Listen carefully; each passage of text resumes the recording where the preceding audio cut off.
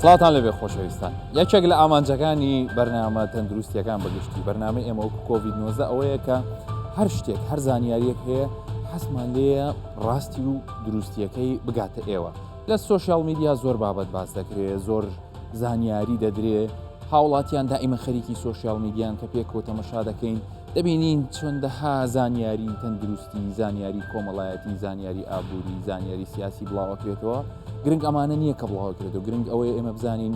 لە چێ و چی و چۆن ئەمانە لەکوێ وەریەگرین و چییە ئەو بابەتی کە لە سەریخینەوە و چۆن تێگەیشتن و چۆن مامەڵە لەگەڵکەین بە شێوەیەک سوودی هەبێ بۆ خۆمان و دەوروبەرەکەمان ئەوەی لێرە ئەمڕۆمە بەسمانە چەند ڕۆژێک ئەگەر دیقەتتان دابێ باز لە حاڵەتێکەکرێ کە پێوترێ سەرهەڵدانی نەخۆشیە کە پێوترێ نەخۆشی کە ڕووی ڕەش یعنی هابزانە فۆنتەکە ئێمە کەڕووەکە باگراوندێکی یان بڵین زەردی هەیە بەڵام نووسینەکە بە ڕەش کردومانە ئەوە معنای ئەوەیە ئەم نەخۆشیە بەو ناوە کە خۆی میوکۆمایکۆپلازمۆسیسی پێ ئەڵێن ئەم نەخۆشیە تەڵعاان بۆچی هاتە باس خەڵک باس لەوە کراکە توشبوون بە کەڕووی ڕەش هاو کاتە هاوتەریبە لەگەڵ هەندێک لە حاڵەتەکانی ئەو کەسانەی کە تووشی پەتای کۆڕۆنا ئەبن چەند زانیاریەکتان لەسەری دەدەینێ بزانین ئەمە خۆی چییە و ئایا پێشەوەی کۆڕۆناش هەبێ ئەم نەخۆشی هەبوو یان نە سەرەتا لەکوێ ئاماژیان پێکرد لەکوێ هەستیان پێکرد کە ئەمە لەوانەیە پەیوەندیەک هەبێت لە بینی توشبوون بەم کەڕوە و نەخۆشی ئەو پەتایی کە ئێستا لە دنیا بڵاو بۆتەوە کە کۆڕۆنای یان کۆڤید 19 ئەم نەخۆشی کە بڵاو بۆتەوە ئایا کە ڕووی ڕەش ڕەبتی هەیە بێەوە چۆن پەیوەندیەکان دۆزیەوە سریان کرد لەو ملیار و زیاترەی هیندستان و لەو ژمارە زۆرەی کە بەم ئەخیرە لە هیندستان تووشی کۆڤید 19 بوون 9,000 نەخۆشیان دیتەوە لەم فترەیە کە تووشی کەڕووی ڕەش بوون کە هەمویان دابەش بوون بەسەر 15 ویلایەت واتە ینی مەسەلەن ئەگەر بمانزانی بە ئەو کەڕووی ڕەشە لە یەکێ لە ویلایەتەکانی هیندستانەمان و لەوانەوە ڕەبتی پێوەنەوەیان پەیوەندی نەبێ بە کۆڕۆنا بەڵام تەماشایان کرد لە 15 ویلایەتی جیاواز خەڵکانێک هەند تووشی ئەم نەخۆشیە بوون ئەم نەخۆشیە خۆی لە ڕاستیدا نەخۆشیێکی دەگمەنە چۆن ئەڵێن دەگمەنە بۆ نمونێ وڵاتێکی وەکو بەریتانیا ئینگلترا کە وڵاتێکە بەوە ناسراوە زۆرترین ژمارەی توێژینەوە و لێکدانەوە زانستیەکانی لەکرێ زانایان لە وڵاتە زۆر مەشغوڵی بابەتە تەندروستیەکانن ڕیسێرچ و توێژینەوەی لەسەرەکەن لەبەرەوەی هەموو ئەو دامەزراوانە بەشێک لە کۆمپانیەکانیش بە هەردەوام پارە دەدەن بۆ ئەنجامدانی توێژینەوە ئەمە کە بنەمایەکی زانستیە لەو وڵاتە پێشکەوتووە جێبەجێ دەکرێت هیوادارین وڵاتانی تر و هەرێمی خۆشمان بتوانین ئەم بگەینە ئەو ڕێژەیە کە بتوانین بەشێک لە بودجە بۆ توێژینەوەکان چکە توێژینەوەیە ژیانی خەڵک بەرە و لە حاڵەتێکی خراپەوە بۆ دۆخێکی باشتر دەبا بە هەر حاڵ لەوێ کە توێژینەوەیان کردووە بە ساڵانە گەر ساڵێک پێشەوەی کۆڕۆناش بێت لە ئەو 70 ساڵ لەمە پێش ساڵانە سریان کردووە 5 لە بۆ 10 کەس لە بەریتانیا تووشی کەڕووی ڕەشە بن ئەم نەخۆشیە لەبەر چی پێویستە گرنگی پێ بدرێ لەبەر ئەوەی خوا نەخواستە و کەسانی کە توش دەبن لە هەر 100 کەسێک کە توش دەبن 50 لە 100یان ئەگەری مردنیان هەیەواتە گیان لە دەست دەدەن ئەگەر تووشی ئەم حاڵەتە بن زانیاری زیاتر لەسەری چییە طبعاً کەڕوو خۆتان نەزانن جۆرێکە لە جۆرەکانی زیندەوەرەکان وەکو چۆن ڤایرەس هەیە بەکتریا هەیە کە ڕوش هەیە ئەمانە لەکوێ یعنی کە مەسەلەن ئەو ئێستا زۆر باسی لێوە دەکرێت و حاڵەتەکان توش بووە ناوە علمیەکەی میکۆمایکۆسە ئەو حاڵەتە کە تەماشایان کردووە خودی کەڕووەکە لەکوێ هەیە لەسەر خۆڵ و خاشاک هەیە لەسەر هەندێک لە ڕووەکەکان هەیە لە هەندێک پاشەڕۆی ئاژەڵ هەیە و کاتێکیش کە میوەکان دادەندرێ لە شوێنێکە کە دەگەنن یان کۆنە بن ئەبنە میوەیەکی گەنی و دەرکەوتووە کە ئەم کەڕووە احتیمالی هەیە لەسەر ئەوانش بەژی بۆیە یعنی خۆی لە وجوددا ئەم کەڕووە بوونی هەیە و تووشی مرۆڤ بێ لە هەندێک حاڵەتە کە ئەویش شوێن زیاتر ئۆرگانەکانی کە لە جسمی کەسەکەی تووشە بێ سیەکانە گیرفانە هەواییەکان کە خۆمان پێڵین جیوب و ساینۆزیت مێشک پێستواتە هەوکردنی پەردەکانی مێشک بۆ لەسەر پێستیش لەبەرەوەی تۆ دەستکاری ئەو شتاناکی کە باسمان کردو ئەم کەڕوە ئەگەری هەیە توشمان ببێ بەڵام ئایا ئەمە پەیوەندی هەیە بە کۆڕۆناوە ئایا چێن ئەو کەسانەی کە زیاتر معڕەزن تووشی ئەم کەڕوە بن ئەو کەسانن بێگومان کەڕوو زیندەوەرێکی هەلپەرستە واتە چاوەڕێیەکە هەتا تۆ بارودۆخە بەرگریەکەت هێتە خوارەوە دێ هجووم دەکاتە سەر بەشێک لەو کەسانی کە تووشی ئەم حاڵەتە بوون ئەوانە بوونە کە نەخۆشی شەکریان هەیە یان ئەو نەخۆشیانی کە کاریگەری لەسەر بەرگری جەستە دروستەکەواتە لاوازیەکە وەکو ئەو نەخۆشیانی کە پێوتری ئەیدز هەمومان جۆمان لێ بووە ڤایرەسی HIV کە دێ ئەو کەسە تووشی ئەیدزەکە بەرگری دەهێنێتە خوارەوە و وای لەکە کە نمونەی ئەم کەڕوانە زیاد بکە. ئێمە ئەم شەو قسە زۆر ینی ئەو پرسیارانی کە ئێوە هەتانە لەسەر ئەم کەڕوە دەکەین بەڵام پەیوەندی بینی کەڕۆی ڕەش و کۆڕۆنا چی بووە دەرکەوتووە کە مەسەلەن ئەو کەسانی کە تووشی کۆڕۆنا بوون بە شێوەیەکی سەخت بەو نمونە ئەگەر هندستان بە نمونە وەربگرین چووکە بارودۆخی تەندروستی ئەو وڵاتە سەرڕایەوەی کە گۆڕانکاری و بازدان ڕوویدا لە بۆ ماوەی ڤایرەسەکە لەوێ دەرکەوت ئەگەر هاتوو ئەو سۆندەیە کە ئۆکسسیجینی پێدەدرێتە نەخۆشەکە پیس بێ ئەگەری هەیە تووشیەوەکە ئەو بڵی ئۆکسسیجینەکەی تێدا ئەگەر پیس بێ احتیمالە تووشیەوەکە و ئەمەش لەبەرچی لەبەرەوەی ئەوانی کە بە خراپی تووشی کۆڕۆنا دەبن جۆرێک لە دەرمانیان بۆ بەکارێ هەندرێک کە ستیرۆیدەکانن کە لای ئێمە زۆر جار جۆمان لێ بوو ئەو نەخۆشەکەمان حاڵی خراپ بۆ دکتۆر دیکادرۆنی یاوتی طبعاً دیکادرۆن لەلایەکەوە لێ ناگەڕێ هەوکردنێکی خێرا لە ناو سیەکانە دروست بێ و کەسەکە ئۆکسسیجینی کەم بێتەوە و باری تەندروستیەک تێ بەڵام زەڕی بەشی هەیە زەڕی باجەکەی چیە ئەوەیە بەرگری لەش ئەهێنێتە خوارەوە کەواتە ئەمە حاڵەتێکە کە لەوانەیە پەیوەندی دروستکە لە بینی کەڕووی ڕەش و توشبوونمان بە کۆڕۆنا لەگەڵ میوانەکەی ئەم شەومان کە زۆربەتانەی ناسن کە ئەو پرۆفیسۆر هیشام زاخۆیە ئەو کەسێکی بۆ ئێمە هەموو جارێ ینی میوانداریەکەین کەسێکی ڕاستگۆیە لە زانیاریەکان کەسێکە بەردەوام خوێندنەوەی هەیە بۆ ئەو شتانی کە لە جیهاندا ڕوودەدەن کەسێکە حەزی لە توێژینەوەکانە زانیاریەکانمان بۆ کۆکاتەوە و لەم چەند خولەکەی کۆڤید-19 دەمانداتی ئەمڕۆ لێپرسین هۆکاری توشبوون بەمە چی ئایا هەمووانی کە توش کۆڕۆنا دەبن شەرتە خوانەخواستە تووشێم حاڵەتە بن ئەگەر وانە دڵنەوەیەکە وەردەگرین چۆن تەشەنەکە ئەکا ئایا کەسێک ئەگەر تووشی کەڕووی ڕەش بوو بێ کەسێکی تر تووشەکە و ئایا چارەسەر چییە و دەستنیشانکردن چییە با پێکەوە گوێ لە وەڵامەکانی پرۆفیسۆر دکتۆر هیشام بکەین دکتۆر جان ئێوارە باش زۆر سپاس دەکەین کە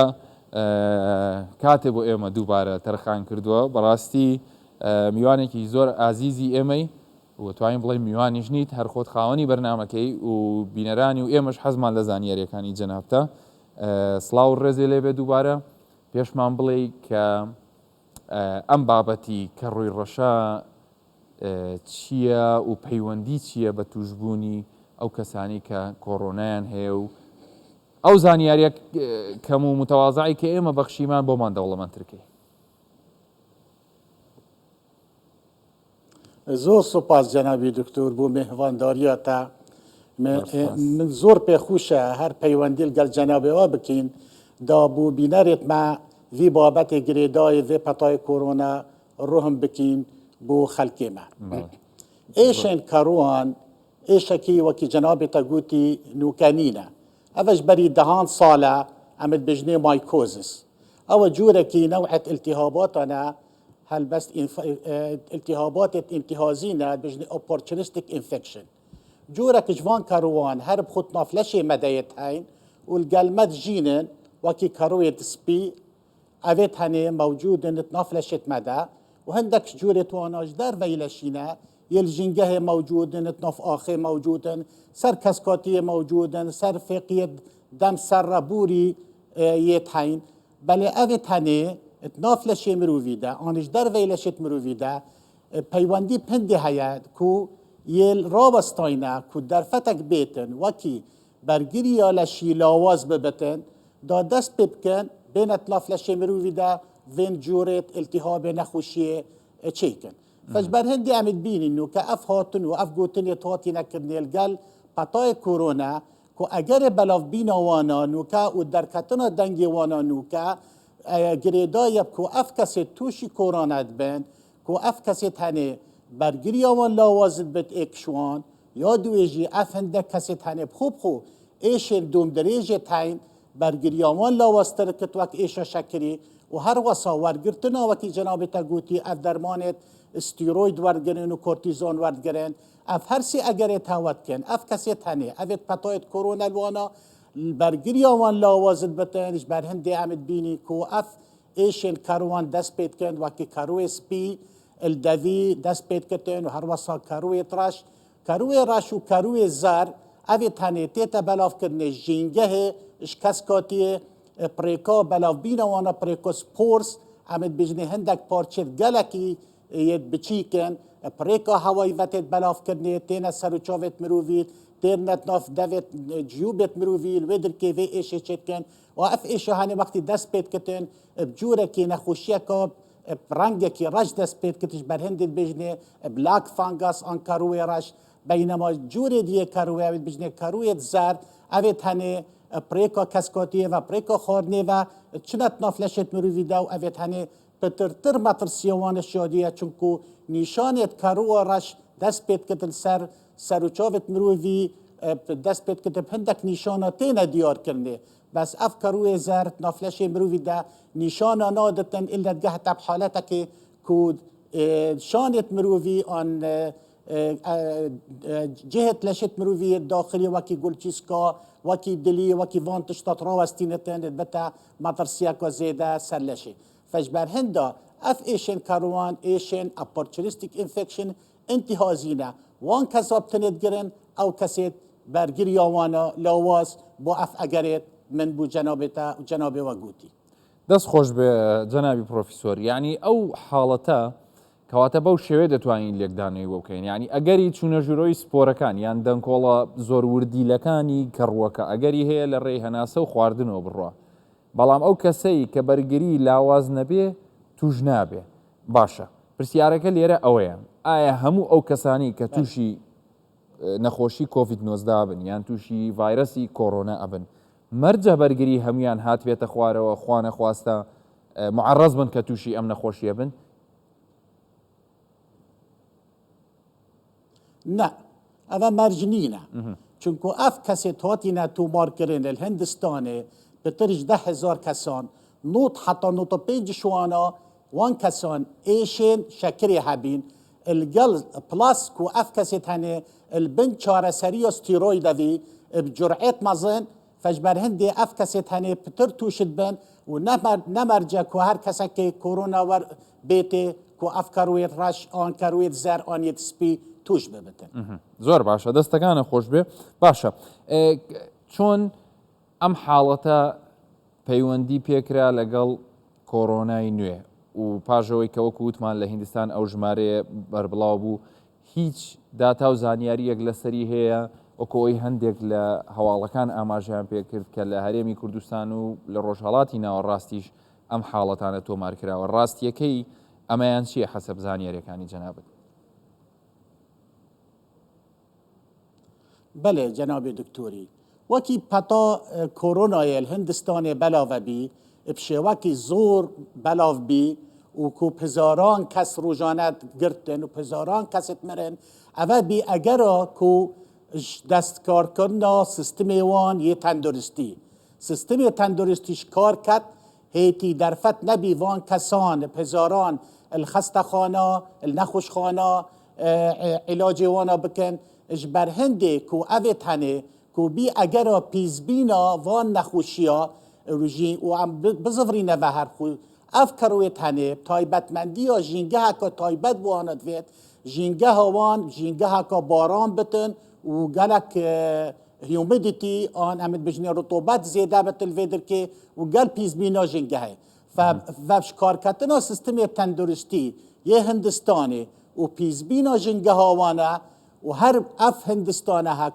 کو دیار بی اشتوجین زانستی اوانا درمان استیروید ابهز زیدترش پیتیوی کوبکار اینان اف هرسی اگر تنی بین اگر هنده کو اف کرویرش النوان نساخال آن الهندستان بتایبت بیتا تومار کرده اما بلا بینا وی ایشا کرویرش در وی هندستانی حتی نو که هندک آخفتن هنه بس اف آخفتنیت ها وکیل مصری آن العراق آن الکردستان حتی نو که بشیواکی زانستی نهاتینه بلاوه کرنه و دوکیومنت نهاتینه بلاوه کرنه که اف حالت تایید هاتینه تومار کرن زۆر باشە نیشانەکانی ئەو کەسانە چیە کە تووشی ئەمە دەبن و ئایا ئەم کەسێک ئەگەر تووشی کە ڕووی ڕەش بوو بێ ئەگەری ئەوەی هەیە بۆ کەسێکی تری نزیکی خۆی بگوازێتەوە ئەم بینە سەرکەروێ ڕەش نیشانێ دەستپێکری جارێ عەولیکە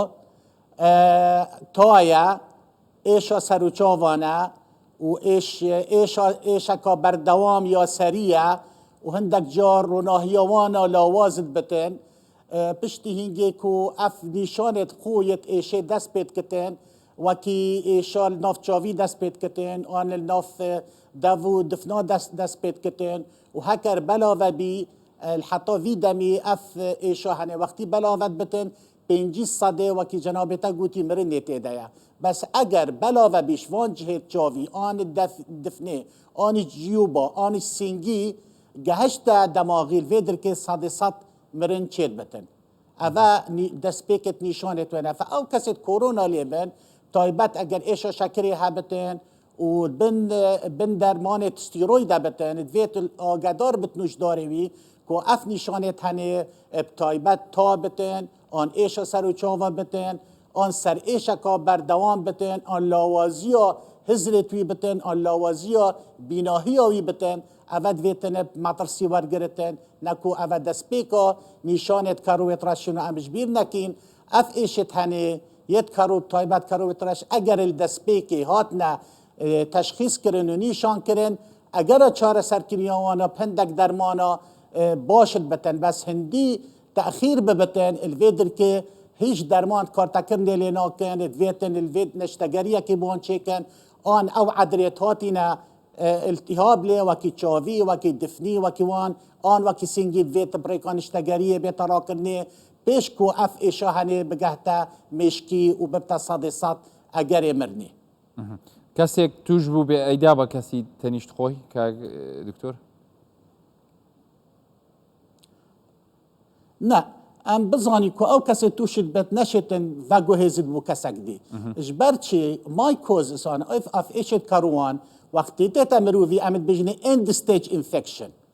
شوی نا در باز ببت ایکادی بینما جینگه چونکل جینگه الویدر که پریکا وان سپورا و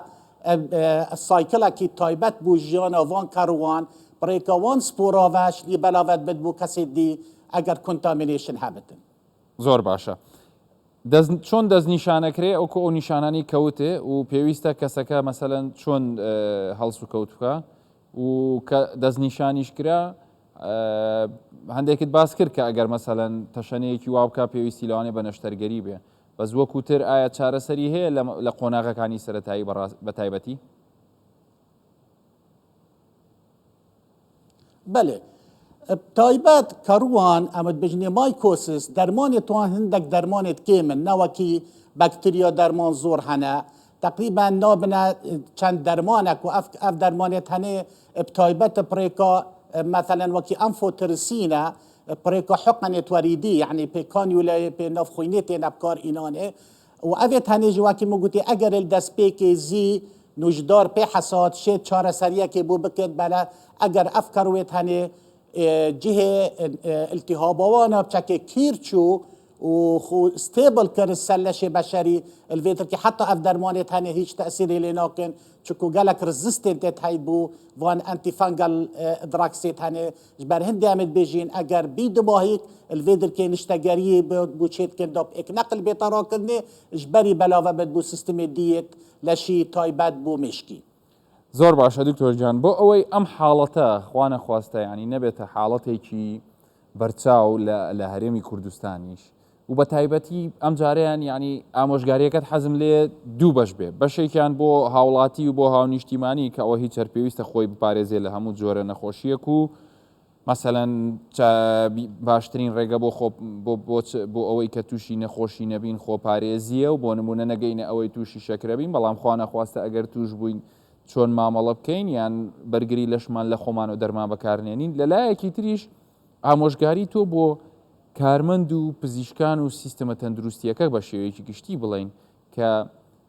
چونکە وەکو باس کرا دەڵێ حتا ئەگەر هات و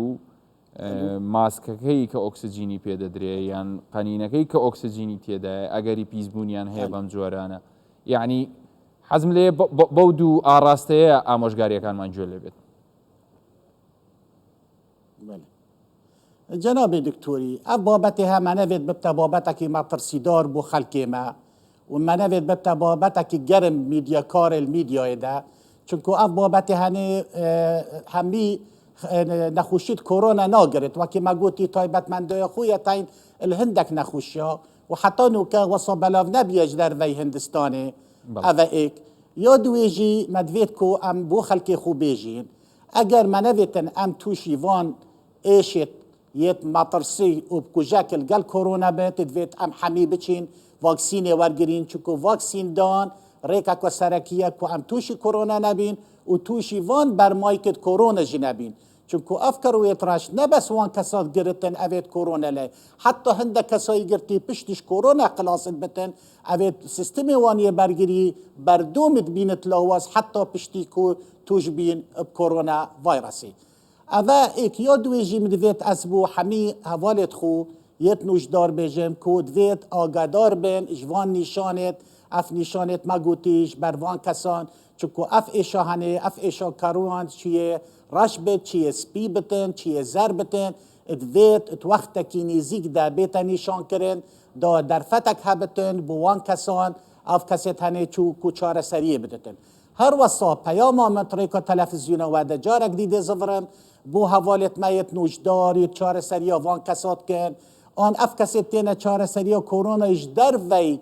نوشدارا کوبکار اینان استیرویدا بشیوکی مطرسی بشیوکی دریش بتا کاریسات سروان نقوشت کرونا و ایکش اگر ادوانا اویا کو الویدر که کو اف بر سیستم برگیری لاوازت بتند بتا اگر توش بو وان کسن وید ایشا کجک جبلی ایشا مطرسیا کرونای فالویدر که بدوید از بیجم پیتویا اف درمان استیروید نه این بکار اینانه الا هندک حالتا دا و بماوکی کم کمروف بشد کنترول کرونا ویروس بکتن نه ببتا ریکا کی کوبوبار دوام بودما کی دوم دریش بیت بکار اینانه تا تو سیستم برگیریا وان کسان لاواز کی تو بکیخی ادوی مطرسیه ده بەڕێز پرۆفیسۆر دکتۆر هیشام یوسف لە زاخۆ لەگەڵمانە بووی زۆر سپاس بۆ زانیاریەکانت لەسەر ئەو نەخۆشیە و زۆر سپاس بۆ ئامۆژگاریەکانیش کە لە کۆتایە بە ئێمە زۆر سپاس دەکەین زۆر سپاس زۆر سپاس خۆشەویستان وەکو ئاماژەمان پێکرد حاڵەتەکان دوورە لە ئێمەوە شەرت نییە بێتە وڵاتی ئێمەوە ڕێگاکانی خۆپارێزی ژوازەها دو قسەم ئەوەیە کە دوێنێ ڕێکخراوی تەندروستی جیهانی وەکو دەستخۆشیەک بۆ وڵاتانی کە ڕێژەیەکی زۆر خەڵکەکەی ڤاکسینیان وەرگرتووە دەڵێ دەرکەوتووە لە وڵاتانی کە ڤاکسین زۆر وەرگیراوە کەسەکان زۆریان ڤاکسینیان وەرگرتووە ڕێژەی توشبوون بە نەخۆشی کۆڕۆنا کەمی کردوێتەوە ڕێژەی داخڵبوون لە نەخۆشخانەکان کەمی کردوێتەوە ڕێژەی ماکەکان و ئاڵۆزیەکان کە لە ئەنجامی توشبوون بە کۆڕۆنا و لە هەمووشیان گرنگتر ڕێژەی مردنیش کەمی کردوێتەوە کەواتە ئەوەی کە تێبینی کراوە لە ماوەی ئەو چەند مانگەی کە لە دنیای ڤاکسین دەدرێت هەموو ڕێژەکانی کۆڕۆنا هەموو لایەنە خراپەکانی کۆڕۆنا بەرەو نزمبوونەوە کەمبوونەوەی ئەمەش ئامۆژگاریەکە یان نەتوانین بڵین قسەیەکە بۆ ئەوەی کە ڤاکسین ڕێگایەکی زۆر بەهێزە بۆ کۆنتڕۆڵکردن و کەمکردنەوەی ئەگەریش تا ئێستا ناود نەنووسیوە تا ئێستا قەناعەت نەهاتووە تا ئێستا ناود نووسیە و نەگەڕاوەتەوە و ڤاکسین هێشتا نەگەیشتووە ئەوە جارێ هیچ مەجالیتیانە ئەبێ هەر خۆت بپارێزی بێگومان ئەوانی ڤاکسینیش وەردەگرن بەڵام مەترسیەکە لە سەریان کەمترە هەموو لایەکتان هەر تەندروست بن خواتان دەکەم